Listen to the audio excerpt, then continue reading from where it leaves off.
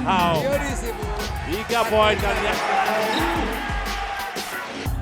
1-20 akan Rio di sini. Edward. Rio di sini. Mungkin bergeser sesuatu tadi Bu dari pelatih.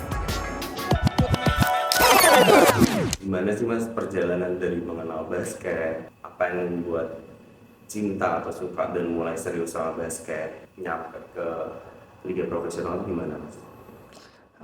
Mungkin banyaknya sama kayak semua orang lah, hampir anak-anak gitu ya. Kalau misalnya di Indonesia pasti sukanya sepak bola gitu. Kalau saya sih hampir olahraga sih semua saya suka sih gitu. Saya jalanin gitu waktu masih kecil. Tapi saya baru ya tahu basket gitu dari teman sekompleks sebenarnya. Itu waktu SD cuma sekedar dribble bola gitu di depan komplek lah, di jalanan komplek kita, kayak nggak ada ring, nggak ada apa, jadi cuma dribble gitu, iseng-iseng aja main gitu. Terus saya baru mulai latihan basket itu sudah mau lulus sekolah lah gitu, SMA 3, udah mungkin semester kedua atau berapa, saya ikut di kakak kelas saya, dia buka klub gitu buat latihan basic segala macam, ya saya ikut dari situ. Habis itu dari sana, jadi selama proses itu saya nggak pernah kenal perbasi gitu, saya nggak pernah kenal tuh kayak tanding kelompok umur 12, 14, 16, 18 gitu, saya nggak pernah tahu gitu. Terus ada kakak kelas saya yang lainnya mau ngajak saya coba untuk main di klub divisi 2, itu namanya Ibercem waktu itu. Nah, saya diajak sama dia, terus ya udah gitu, saya main langsung divisi 2 gitu. Jadi itu juga butuh proses lumayan lama sih, kayak 3 atau 4 tahun lah gitu. Terus pertama kali saya coba ikut profesional itu di Pelita Jaya. Saya diajak sama teman saya, dia temannya Kohari Chandra juga dulu di Pelita Jaya gitu. Dia lagi ikut latihan lah di sana sebagai asisten pelatih gitu, coba-coba belajar. Nah, saya diajakin sama dia, mau nggak latihan di sana, cobain. Saya bilang ya boleh gitu, saya mau, karena kan memang saya pengen punya tujuan itu awalnya saya buat kuliah. Saya nggak bisa bayar buat kuliah saya sendiri gitu, jadi saya pengen berharap kalau misalnya mungkin dari basket saya bisa dapat kuliah gitu, jadi saya bisa bantu kuliah saya sendirilah gitu, nggak perlu ngerepotin orang tua kan dengan dana yang nggak ada. Dari situ saya coba di tahun 2012 atau 2013 gitu Pelita Jaya, tapi mungkin bukan jalannya lah gitu, jadi ditunda lagi. Terus saya pernah juga coba di Garuda Bandung, waktu itu masih tahun 2016 atau berapa gitu. Itu juga udah coba, tapi itu cuma trial sebentar sih, nggak selama di Pelita Jaya gitu ya. Di Garuda Bandung saya coba, ada 2 pilihan waktu itu, saya sama Gabu Tangerang Hawks. Oke. Ya, tapi pelatihnya mungkin lebih suka Gabu gitu, jadi udah saya tersingkirkan lagi gitu, nggak jadi lagi. Mungkin saya sebutnya Challenge the World lah. Oke. Itu ada satu brand yang mengadakan event gitu untuk tanding ke luar negeri. Tapi itu dari komunitas streetball biasanya gitu. Nah, kebetulan saya dekat sama Glorious, salah satu komunitas di Indonesia yang punyanya, ownernya dibilang, mau nggak coba ikut event ini gitu. Kali aja lu bisa, dia bilangnya karena event ini kurang orang gitu awalnya. Buat yang daftar gitu kurang orang. Jadi dia bilang ya mungkin lu dapat dibayar lumayan, uang jajan lah gitu. Terus lu dapat pelatihan sama pelatih dari luar negeri. Tapi ternyata Tuhan baik sama saya dikasih kesempatan, saya dipilih buat berangkat ke Jepang gitu. Jadi alasan dari pelatih sih mereka cuma bilang bukan karena saya lebih hebat daripada yang lain, tapi karena saya cuma kerja keras. saya paling kerja keras di antara yang lain gitu. Jadi mungkin pelatihnya mau kasih saya kesempatan gitu. Habis itu ya mungkin itu 2015, 2016, 2017, 2018 saya ikut semua event itu, tanding ke Jepang, terus ke Hong Kong, terus ke Filipina, terakhir di Taiwan. Terus di Taiwan juga puji Tuhannya saya bisa main bagus, saya dapat juga MVP, tapi untuk MVP event itu aja sih gitu. Habis itu ya sambil dari sana mungkin tahun itu sambil jalan juga banyak main tarkam juga. Habis itu terakhir lagi di Aspak. Di Aspak saya lupa tahunnya. Tapi waktu itu mungkin pemain Aspaknya masih sepi karena kan kurang orang, mereka cuma 8 atau 9 orang gitu. Saya ikut latihan di sana. Terus saya sempat ikut main Perbasi Cup waktu itu sama Aspak. Habis itu ternyata mereka mau merger sama stadium. Namanya jadi Stapak gitu kan. Nah mungkin alasan mereka sih nggak terima saya karena pemainnya penuh katanya. Habis itu semenjak dari sana saya bilang mungkin saya udah harus berhenti basket gitu. Karena saya waktu itu juga udah mulai umur yang kayak 26, 25 gitu. Saya pikir saya udah terlambat lah gitu. Saya ngomong sama orang tua saya, sama mama saya bilang kayaknya saya berhenti basket deh gitu. Saya mau kerja aja. Karena mungkin jalannya udah ketutup semua gitu buat saya bilang. Oh saya sempat kerja juga, sampai sambil main basket karena sedang main basket kan gitu. Kerja juga IO gitu, saya juga sempat kerja di pabrik parfum, tapi pabrik parfumnya itu ke Ibercem itu, tim yang dulu saya pernah main di divisi 2. Dia bosnya dulu punya pabrik parfum, jadi saya kerja di situ gitu sih. Terus mama bilang, oh ya udah gitu. Terus saya udah berhenti basket 2 bulan lah, kurang lebih gitu ya. Jadi udah benar-benar titik terendah saya lah gitu ya. Terus tapi setelah 2 bulan itu ada pelatih lama saya ngubungin saya.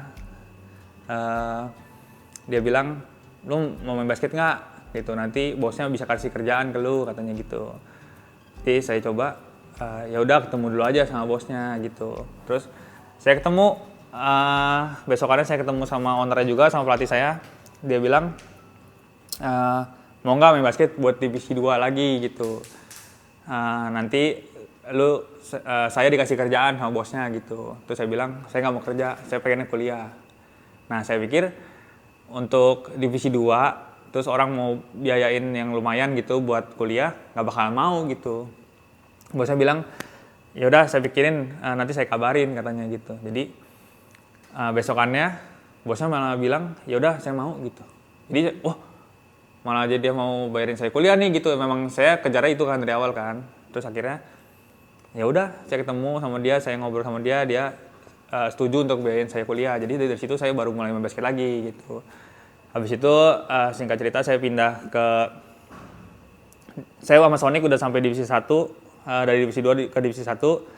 Habis itu saya pindah ke West Bandit, tapi untuk divisi 1 juga gitu. Dari komunitasnya streetball, tapi mereka mau bikin tim divisi 1 dari West Bandits. Jadi saya ikut main sama mereka juga gitu. Nah di divisi 1 kita sudah juara waktu itu. Habis itu baru mereka ternyata mau naik ke liga profesional. Karena itu cita-cita dari bosnya lah berdua, adik kakak, Ko Jem sama Ko Eo kan. Jadi saya ikut sama mereka. Ya itu udah umur 28 gitu, kayak tahun 2021 saya main. Jadi ya udah gitu, saya bilang ya mungkin nih waktunya lah Tuhan kasih saya buat main di profesional gitu. Jadi dari situ baru saya main di West Bandit. Masih unggul 3 poin dari West Bandit Solo. Passing yang salah, Bung. Bali still. Rio DC, 3 poin berhasil. Satria Muda Pertamina Jakarta melawan West Bandit Solo. Arya Nusiana. Avan, 3 poin. Gagal offensive rebound, namun ditepis. Rio DC, Bung. Rio DC Melihat peluang. Rio DC. Rio DC akan melakukan rebound pass kali ini kepada Widianta, sudah dilakukan. Nice pick. 3 tahun saya main Rio di West DC. Bandit. Habis itu baru saya tahun keempat pindah ke Dewa. Waktu itu juga berat lah gitu buat pindah karena saya kan dari awalnya dari West Bandit. Terus saya nggak suka tim yang suka pemain yang nggak suka pindah-pindah gitu loh. Saya sukanya bareng-bareng sama teman-teman gitu. Tapi ya Pas saya meeting terakhir lah sama owner gitu ya, dia bilang mau kemana, kan ada beberapa opsi tim lah gitu. Saya bilang saya maunya tim yang serius, yang bisa juara gitu. Jadi saya ngobrol sama ownernya, sama Patrick juga waktu itu kan saya deket sama Patrick. Dia bilang mungkin Dewa yang serius gitu, kalau misalnya untuk juara gitu ya. Pasti tim lain juga mungkin mau juara, cuma mungkin yang kelihatan paling serius si Dewa gitu. Terus sebelum saya masuk ke Dewa juga saya ada kontak beberapa manajemen dari Dewa. Saya bilang kalian mau ngambil siapa lagi selain saya sama Patrick gitu. Saya pengen tanya serius apa sih mereka nih mau juara gitu. Waktu itu mereka ngambil Ikram yang masuk kandidat MVP.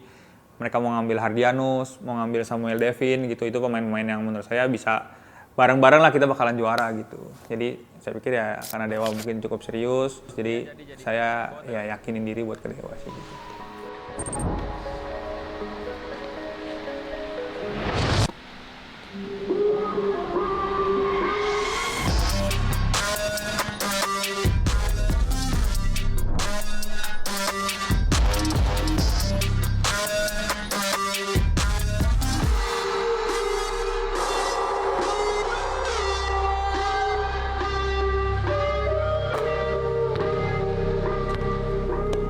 Saya Rio DC, saya anak Dewa.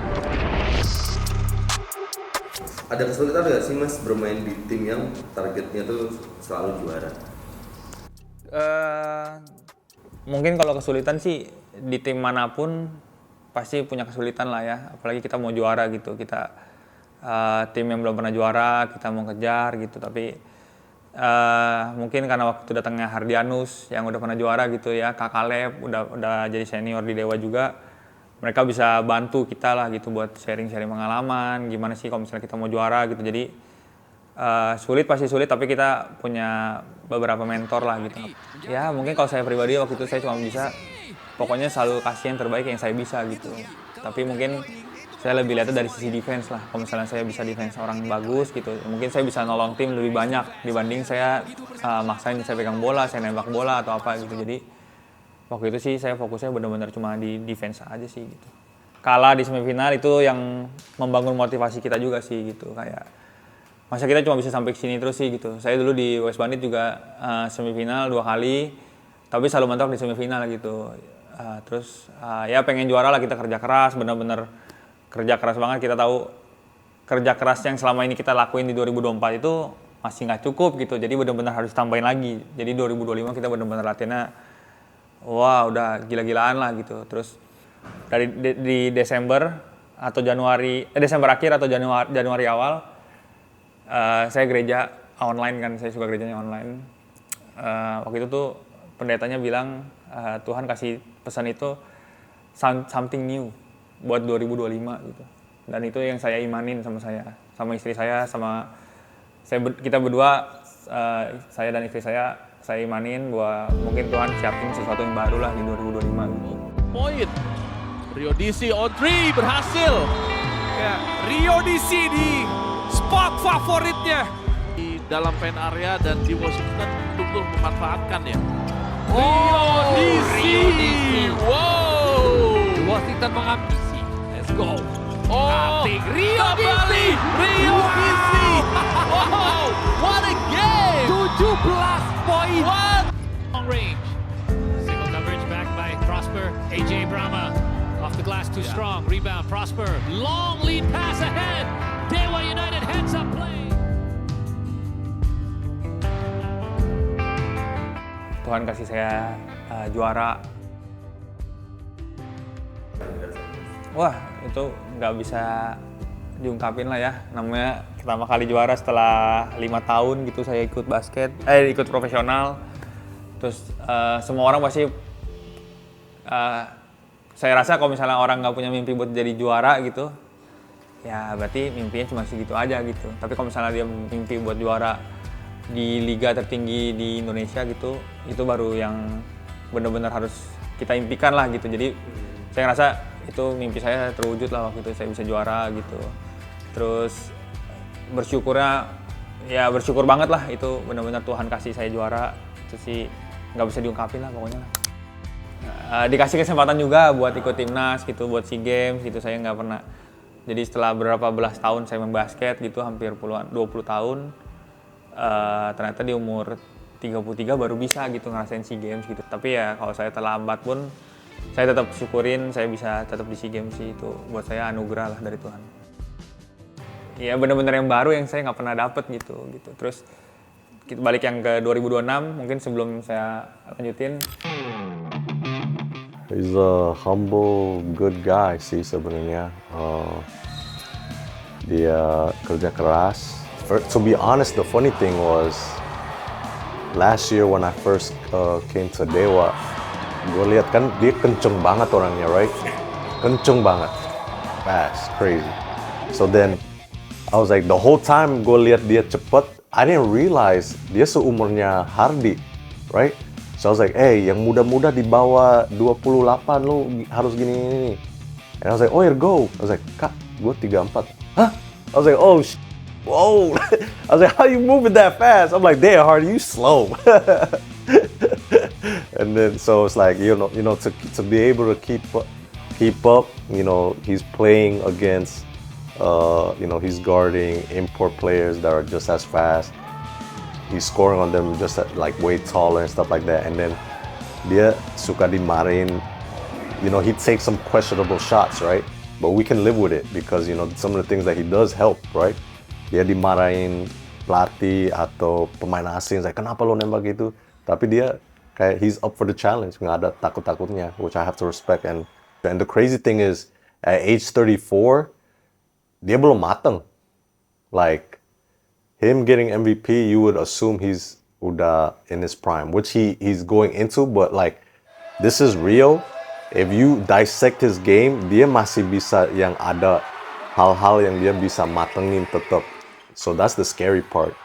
And I've told him too, like I was like, yo, like you're doing well.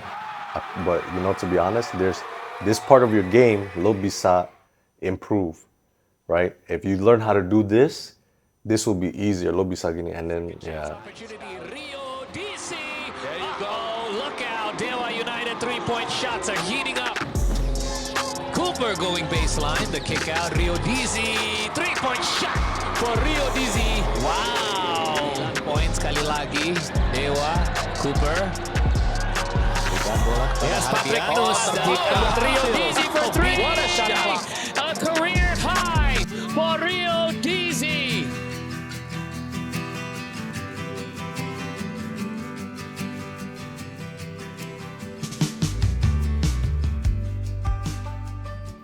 Di 2026 awal, di Januari itu, saya ibadah juga.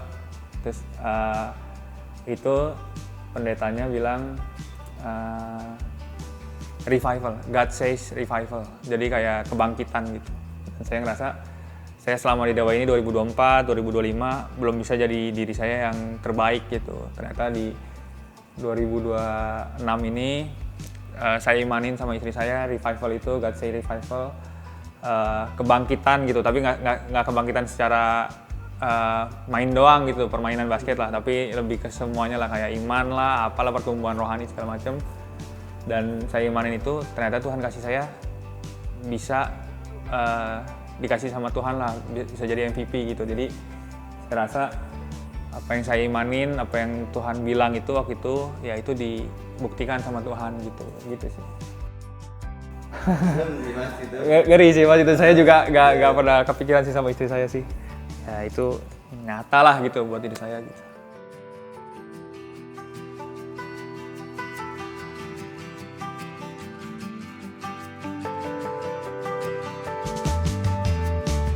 Next on Kita.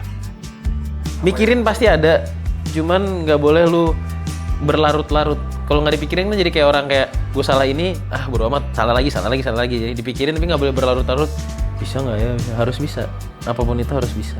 Kan kita nggak ada yang tahu. Jadi mikirnya harus bisa. Jangan mikir gue kayak gini worth it nggak ya gitu. Mental mempengaruhi banget ya. Kayak mau sejago apapun lu, kalau mental lu jelek nggak akan keluar jagonya.